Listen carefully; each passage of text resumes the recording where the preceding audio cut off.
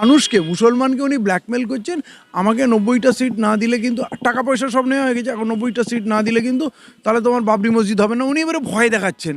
তো এইটা এক প্রকার ব্ল্যাকমেলিং। কখন কি বলবেন, কি মুড হবে, খুব প্ল্যানিং করে বলেন না। এইটা আমি এতদিনে যা স্টাডি করেছি, যখন যেটা মুখে আসে মনে আসে বলে দেন। আপনি যদি ওনাকে খোঁচা দেন, লোকে বলছে আপনি বিজেপির দালাল, তাহলে কিন্তু ও বলবে যে না এটা অপপ্রচার হচ্ছে, অমুক তো, তা বলবে না, বলে তাহলে তো তাই আমি বিজেপিরই দালাল। হ্যাঁ, ও কিন্তু ওই নওশাদ সিদ্দিকী ওই সময় বাড়িতে ছিলেন না বা ইচ্ছা করে অ্যাভয়েড করলেন, এটা আল্লাহ ভালো জানেন। পরে সাংবাদিকদের সামনে নওশাদ সিদ্দিকী যেই কথাগুলো বললেন সেইগুলো উনি না বললেই পারতেন। আমাকে আগে থেকে জানাননি, চিঠি দিয়ে জানাননি, অমুক তমুক।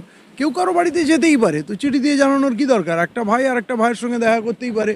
নওশাদ সিদ্দিকী যদি একটু বলে দিতেন ফোন করে যে ভাই আপনি এসেছিলেন, আমি জানতাম না, আমি ছিলাম না, তো কিছু আপনি জোট করবেন কি করবেন না এটা তো আপনার দলের বিষয়। মসজিদ করার ব্যাপারে হাইকোর্ট আপনাকে ক্লিয়ারেন্স দিয়েছে, আর টাকা মেটেরিয়াল সব আপনার কাছে মজুদ রয়েছে, তাহলে 90টা সিট না পেলে আপনি কেন করতে পারবেন না? আপনার বাধারা কোথায়? একটা জিনিস ভালো লাগলো, এতদিন হুমায়ুন কবির সাহেব ওই ইউটিউবারদের সামনেই বলছিলেন সবার সঙ্গে জোট করব, দরজা খোলা আছে, চলে এসো।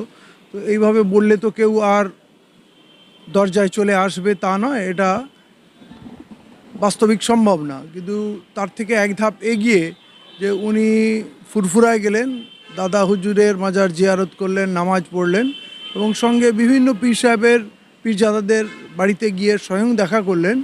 এইটা এতদিন যে ওনার কথাবার্তা একটু ঔদ্ধত্যপূর্ণ ছিল, সেই জায়গায় কিছুটা বিনয়ের আমরা পরিচয় পেলাম যে উনি এটাও পারেন।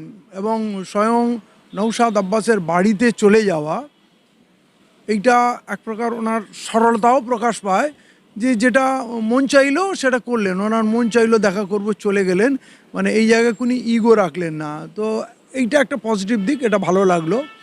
কিন্তু নওশাদ সিদ্দিকী ওই সময় বাড়িতে ছিলেন না বা ইচ্ছা করে অ্যাভয়েড করলেন, এটা আল্লাহ ভালো জানেন।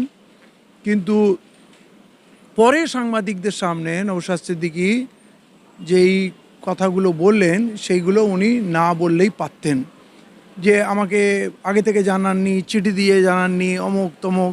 কেউ কারো বাড়িতে যেতেই পারে, তো চিঠি দিয়ে জানানোর কি দরকার? একটা ভাই আর একটা ভাইয়ের সঙ্গে দেখা করতেই পারে।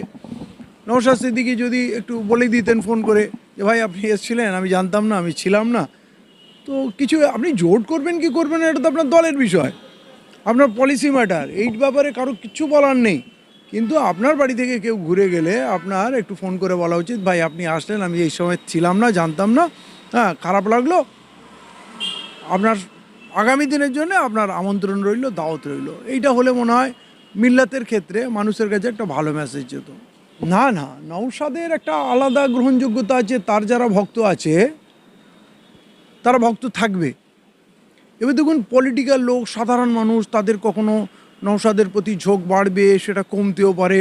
পলিটিক্যাল ডিসিশনে অনেকে ওর সমর্থনে যাবে, অনেকে ওর বিরোধিতায় যাবে, কিন্তু যারা ভক্তকুল তারা ভক্ত থাকবে। সেই জনপ্রিয়তা আমি মনে করি না কমবে। হুমায়ুন কবির বাবরি মসজিদের থিম নিয়ে সামনে এসেছেন, সেটা মানুষের মনে দাগ কেটেছে, তার প্রতি মানুষের ভালোবাসা জন্মেছে। এর সঙ্গে নওশাদের ভক্তদের ভালোবাসার তুলনা করাটা ঠিক না, দুটো আলাদা ব্যক্তি, দুজনের প্রতি মানুষের শ্রদ্ধা আছে। এমন অনেক ফুরফুরাপন্থী, এমনকি নওশাদের ভক্ত আছে যারা হুমায়ুন কবিরকেও ভালোবাসে। আবার হুমায়ুন কবিরের ভালোবাসার পাত্র অনেকে নওশাদকেও ভালোবাসে। আমার মনে হয় এই ভক্তদের মাঝখানে এইভাবে প্রাচীর তোলাটা বা এইভাবে দেখাটা ঠিক হবে না। দেখুন, এইটা আপনাকে ওনাকে মোটামুটি দিলীপ ঘোষের ডাইসে ফেলতে হবে, তাহলে আপনার কাছে ক্লিয়ার হবে উনি কখন কি বলবেন, কি মুড হবে, খুব প্ল্যানিং করে বলেন না। এইটা আমি এতদিনে যা স্টাডি করেছি, যখন যেটা মুখে আসে মনে আসে বলে দেন, এবং যেগুলো করেন উনি খুব ভেবে বলেন, এবং সেইগুলো তিনি করবেন সেইটাও কিন্তু নিশ্চিতভাবে বলা যায় না। মানে আপনি যদি ওনাকে খোঁচা দেন, লোকে বলছে আপনি বিজেপির দালাল, তাহলে কিন্তু ও বলবে যে না এটা অপপ্রচার হচ্ছে, অমুক তো, তা বলবে না, বলে তাহলে তো তাই আমি বিজেপিরই দালাল। হ্যাঁ, ও কিন্তু ওইভাবেই উত্তর দেবে। কেউ যদি বলে আপনি কি বিজেপিকে সমর্থন করে এখানে সরকার করবেন, বলে তাই করব, কেউ পারলে রুখে নিক। তো প্রতিক্রিয়ায় কথা বলে, খুব পরিকল্পনা করে কথা বলে না। অতএব উনি কি বলছেন সেইটা নিয়ে আমি খুব একটা আর গুরুত্ব দিই না। উনি কি করবেন সেইটা গুরুত্বপূর্ণ। যেমন উনি বাবরি মসজিদ তৈরি করবেন বলেছেন, তা আমার মনে হয় সব তো হয়ে গেছে, টাকাও উনি পেয়ে গেছেন, ইট পেয়ে গেছেন, সব পেয়ে গেছেন, এবার ওনাকে করতে দেওয়া হোক, আর তো বলার কিছু নেই বাবরি মসজিদের ব্যাপারে। হাইকোর্টও ওনাকে অনুমতি দিয়ে দিয়েছে, সবাই, উনি করলে করুন। অতএব দেখার বিষয় উনি কি করছেন। আর দল গড়েছেন, উনি 180টা সিটে দেবেন, 90 থেকে 100টা সিটে লড়বেন এবং বলছেন আমি জিতবো, 2টো সিটে জিতবো। তো এখন তো অপেক্ষাই করতে হবে, 26-এর রেজাল্ট বেরোনোর পরেই অ্যাকচুয়ালি বোঝা যাবে উনি কি কি বললেন আর কি কি করলেন। না, এইটা উনি যেটা বললেন এইটা ওনার পরস্পর বিরোধী কথা। উনি কিন্তু বলেছেন যে কোনো মূল্যে আমি বাবরি মসজিদ করবই, দরকার হলে শহীদ হয়ে যাব, কেউ সাথ না দেয় আমি একাই করব। তো উনি 90টা সিটের কথা উনি বলেননি। আবার এই 90টা সিটের কথাটা যুক্তিযুক্ত এই জন্যে নয়, যেখানে মসজিদ করার ব্যাপারে হাইকোর্ট আপনাকে ক্লিয়ারেন্স দিয়েছে আর টাকা মেটেরিয়াল সব আপনার কাছে মজুদ রয়েছে। তাহলে 90টা সিট না পেলে আপনি কেন করতে পারবেন না? আপনার বাধারা কোথায়? আপনি বলছেন তৃণমূল বাধা দেবে ক্ষমতায় আসলে, বা বিজেপি বাধা দেবে, আপনি আগাম কেন বলছেন? বাধা আসলে তখন দেখা যাবে, কিন্তু আগাম আপনি এই কথাটা বলে শর্ত দিচ্ছেন আমাকে 90টা সিটে জেতাও, তাহলে এইটা এক প্রকার ব্ল্যাকমেলিং।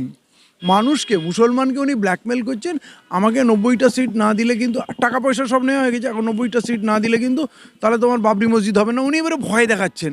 তো এইটা এক প্রকার ব্ল্যাকমেলিং।